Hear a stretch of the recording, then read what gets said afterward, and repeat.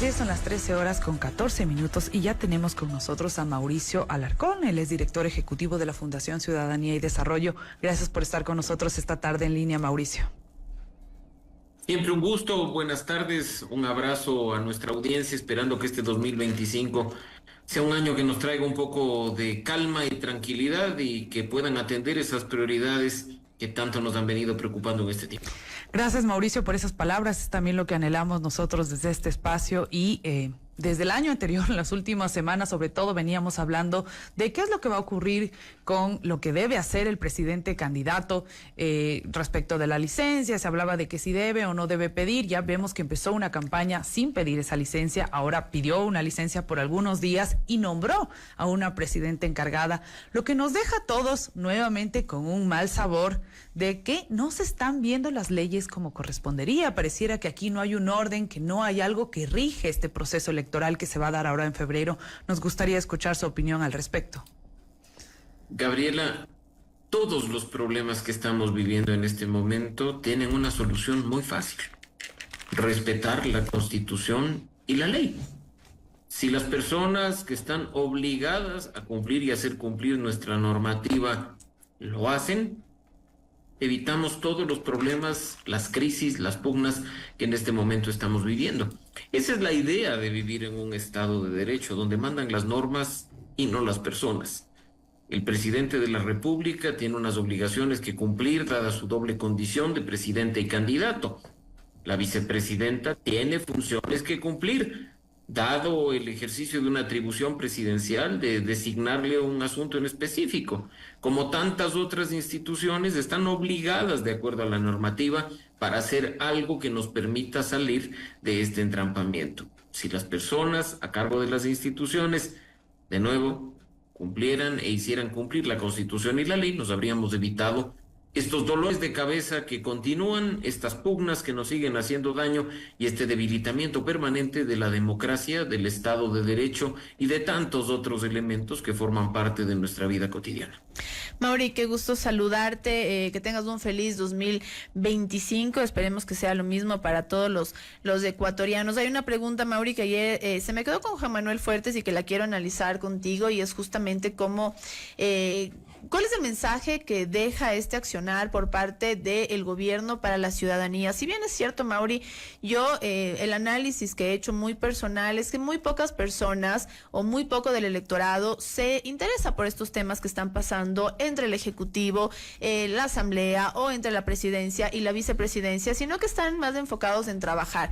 No digo que no les interese al 100%, pero tienen otras ocupaciones, como estar preocupados de la política ecuatoriana, pero sin duda alguna deja un mensaje en los ecuatorianos, en las personas que viven en nuestro país, y casi es que en este país se puede hacer, ir en contra de la ley, se puede hacer lo que uno quiera y que tal vez eso no va a tener consecuencias. El mensaje que se transmite, querida Priscila, es el de la vigencia plena de un régimen de impunidad, tanto política como judicial. Y eso es terrible, porque esa frase tan coloquialmente utilizada de que, por ejemplo, la justicia es solo para los de poncho, en la práctica se la está viviendo.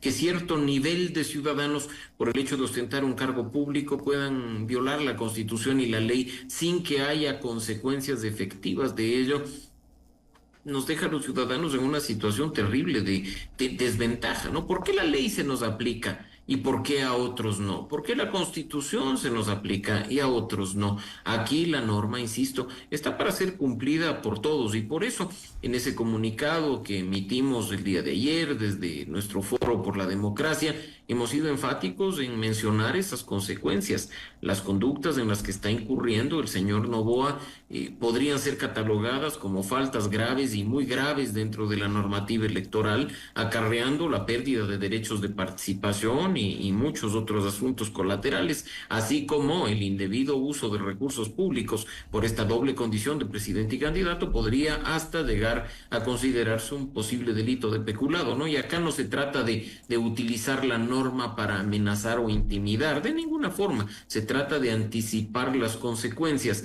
que, de no reinar la impunidad, estarían ahí para afectar también la cuestión democrática, ¿no? Entonces yo creo que acá hay que tener un poco más de conciencia en el sentido de que la norma está para todos y que las instituciones deberían actuar sin selectividad para todos por igual.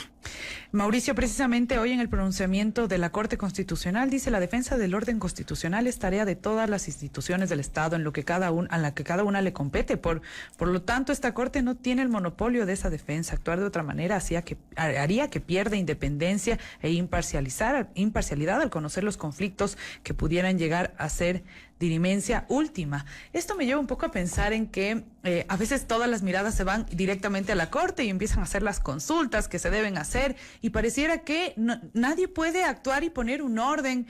¿Qué hace el Consejo Nacional Electoral? ¿Qué debe hacer el Tribunal Contencioso Electoral? Ya hemos visto que se están poniendo algunos llamados de atención, denuncias de otros candidatos, pero hasta ahora no sabemos quién va a actuar de alguna forma para poner orden a cómo tiene que ser este proceso electoral. A ver, Gabriela, ¿por qué acude la gente a la Corte Constitucional? ¿Por qué quiere que dirima conflictos? ¿Por qué quiere que se pronuncie sobre todo? Porque es probablemente el último reducto de institucionalidad que le queda a este país. Por supuesto. Un cuerpo colegiado que tiene posiciones distintas, pero hace respetar la Constitución. Un cuerpo colegiado que se ha mantenido en alguna medida, y una medida muy importante, independiente de los poderes políticos de turno. Entonces, por eso es quizá que todos regresamos a ver a la Corte. Que eso sea lo correcto, por supuesto que no. La Corte ha sido enfática en decir: no somos los únicos, como nosotros también lo hicimos en el comunicado emitido el día de ayer, donde estamos mencionando con claridad: hay una responsabilidad del Consejo Nacional Electoral, que tiene competencias constitucionales y normativas para vigilar, controlar, cumplir y hacer cumplir la normativa electoral.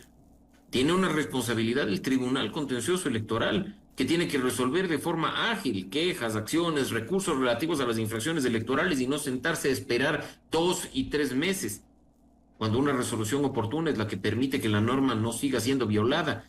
Tiene una responsabilidad, sí, la Corte Constitucional, que ya nos ha respondido. Tiene una responsabilidad incluso la Contraloría General del Estado, que tiene que estar pendiente y vigilante de lo que se hace con los recursos públicos. Como responsabilidad puede llegar a tener la Fiscalía General del Estado a propósito de un posible uso indebido que pueda configurar hasta el cometimiento de un delito, ¿no? En ese sentido, coincido con lo que dice la Corte. Entiendo por qué muchas personas se refugian en ella, pero acá lo óptimo, si es que efectivamente vivimos en un régimen con Estado de Derecho, es contar con todas las instituciones cuyo único tema en este caso es cumplir y hacer cumplir la Constitución. Mauri, y es importante también recalcar algo, y es que este tema no es que los periodistas o ciertos ciudadanos o las personas que se interesan por estos temas han tomado un bando político o una tendencia. Yo creo que esto está fuera de banderas, de movimientos políticos de izquierda o de derecha, sino es algo que en realidad está pasando en nuestro país. Y te voy a hacer una pregunta que seguramente te la hacen siempre, Mauri, y es: ¿qué pasa con esa institucionalidad del Ecuador? ¿En qué momento se nos salió de las manos de esto que ahora solo podamos depender o se pueda acudir a la Corte Constitucional? O sea, ¿en qué momento vemos que las entidades, las instituciones como el CNE, el Tribunal Contencioso Electoral, no pasan a más de un comunicado? Porque eso es lo que tenemos ahora todos los días. Ellos creen y se lavan las manos sacando un comunicado, pero sin tomar acciones. Entonces, ¿en qué momento pasamos, o el Ecuador siempre fue así? Mauri, no sé, tú que estás involucrado desde el sector civil, desde la sociedad civil, ¿qué pasa en nuestro país? ¿En dónde quedan esas instituciones que se supone nos representan? Las instituciones están atravesando una crisis, Priscila, lo hemos estudiado contigo en espacios anteriores. Las instituciones han pasado a depender mucho de las personas. Las autoridades no han sido debidamente renovadas por el sistema del concurso público de méritos de oposición vigente con la Constitución del 2008. Las instituciones son atacadas por los poderes políticos cuando actúan de manera independiente. ¿Pero por qué hemos llegado a eso?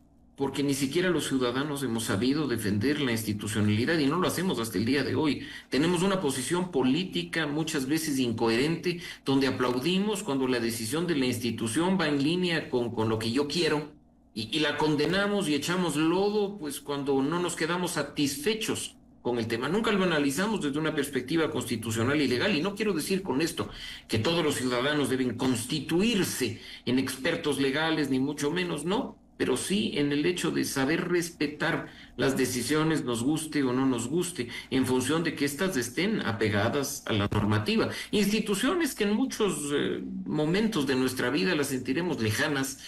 Probablemente un ciudadano nos diga cuándo voy a ir yo a la Corte Constitucional o cuándo voy a ir yo a la Contraloría General del Estado por un asunto particular, pero lo cierto es que sus decisiones impactan de forma positiva o negativa en aspectos bastante básicos de nuestro día a día, ¿no? Por eso es que es importante, aunque suena bastante etéreo el término, recuperar la institucionalidad en el sentido de nuevamente pasar como país y como ciudadanos a depender únicamente de lo que dice la ley y no de lo que piensan las personas sobre la misma o de las interpretaciones subjetivas que les dan. Mauricio, para cerrar un poco ya este tema, quisiera que les cuente a las personas, es un tema que ya lo hemos analizado en este espacio, pero ¿cuáles son los riesgos de tener a un presidente candidato? Y también, ¿qué opciones nos quedan? ¿Qué acciones nos quedan para hacer que se respete la Constitución, la ley? ¿Qué pasos quedarían para que las cosas se den en un orden y que dejen un precedente claro para el país, que no se puede pasar por sobre la ley? Mira, de nuevo, es terrible que con total impunidad política y judicial se pretenda, como se lo está haciendo, violar cuestiones básicas y claras de la Constitución y de la ley. Las instituciones tienen que actuar, los actores políticos tienen que actuar, por supuesto que sí, los ciudadanos tenemos que hacerlo, porque los precedentes pueden ser nefastos. Acá mucha gente toma partido en función de que le gusta o no quién gobierna, y eso es totalmente inadecuado, porque nos permite a algunos llegar a la conclusión de que el problema no ha sido el autoritarismo, sino de que el autoritario de turno no nos gustaba. Y eso es terrible, porque aquí creo que hay que apuntar no hacia un autoritarismo de quien nos gusta o de quien nos satisface, sino a una democracia en la que no importe quién ejerza el poder, mientras esté anclado a los principios y valores democráticos y constitucionales. A eso es a lo que tenemos que apuntar. Soñar no cuesta nada, pero creo que los primeros pasos tenemos que darlos desde la ciudadanía. Por eso es que pronunciamientos como los emitidos el día de ayer son importantes. Claro, nos han insultado, nos han dicho vendidos en redes sociales desde cuentas trolls e incluso, debo decirlo, desde cuentas de funcionarios públicos perfectamente bien identificados en sus biografías, nos han dicho de todo. Pero del otro lado tenemos ciudadanos que frente a la preocupación de lo que está ocurriendo dicen en buena hora, porque haya quien se pronuncie, porque haya quien mencione temas importantes para el debate, independientemente de que coincida o no. Así es que eso es lo que tenemos que seguir promoviendo. Una sociedad democrática donde nadie se crea con derecho de callar a otro por el único hecho de pensar distinto. Una sociedad democrática donde aprendamos a convivir entre personas que piensan diferente. Y por supuesto, una sociedad democrática donde los actores políticos entiendan que una vez que ejercen un cargo de representación, lo hacen en función de todo un país, no únicamente de quienes han votado por ellos o de la organización política que les auspiciaron. Y para eso, Mauri, nosotros los ciudadanos tenemos una herramienta muy poderosa y es el voto, que lo vamos a ejercer el próximo 9 de febrero. Y yo quisiera que tú, desde Fundación Ciudadanía y Desarrollo, nos cuentes si hay alguna guía básica que ustedes puedan recomendar a la gente que nos esté escuchando, que nos va a ver después de nuestra transmisión en vivo de Facebook Live. ¿Cómo puede al menos enterarse de las propuestas presidenciales? Porque los candidatos a la Asamblea Nacional, las propuestas son muchas, algunas incluso como no se logran analizar todas, son hasta inviables, que no, ni siquiera se pueden lograr desde la Asamblea Nacional. Pero digo, las propuestas presidenciales, para al menos conocer a esos 16 candidatos, que la gente sepa lo que están proponiendo, que se puedan tomar, no sé, algún tiempito, que puedan entrar a una página web. ¿Qué hacer como ciudadanos? Porque también es nuestra responsabilidad. Mira, Pris, aquí vamos a aprovechar para hacer un poco de publicidad de lo que hacemos como Ciudadanía y Desarrollo. Y te digo, para quienes no tienen tiempo o su tiempo es limitado para tratar estos temas, por ejemplo, nosotros estamos poniendo a disposición de la ciudadanía las radiografías políticas de los binomios presidenciales para que conozcan vida, obra y milagros, para que sepan si pagan impuestos o no, para que sepan qué patrimonio tienen y si llegan al poder, con qué patrimonio salen, que eso es muy importante. Y cuál ha sido su trayectoria en el sector público, en el sector privado, cuáles son los títulos universitarios y el conocimiento que tienen. por cuántas organizaciones políticas han militado. Esos elementos no nos toman horas, nos toman minutos. Entrando a la web de Radiografía Política pueden encontrar esos perfiles, y no solo de los candidatos, sino de cientos de funcionarios públicos y autoridades que están sujetos al escrutinio público.